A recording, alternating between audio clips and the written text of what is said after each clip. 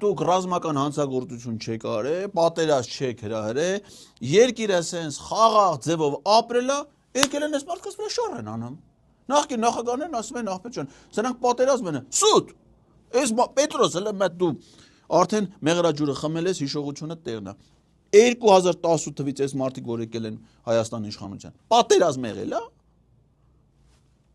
Ռազմական հանցագործություն եղել է, չի եղել։ Իսկ են Սերժ Սարգսյան, Ռոբերտ Քոչարյանից ասում են եղել է։ Սուտ։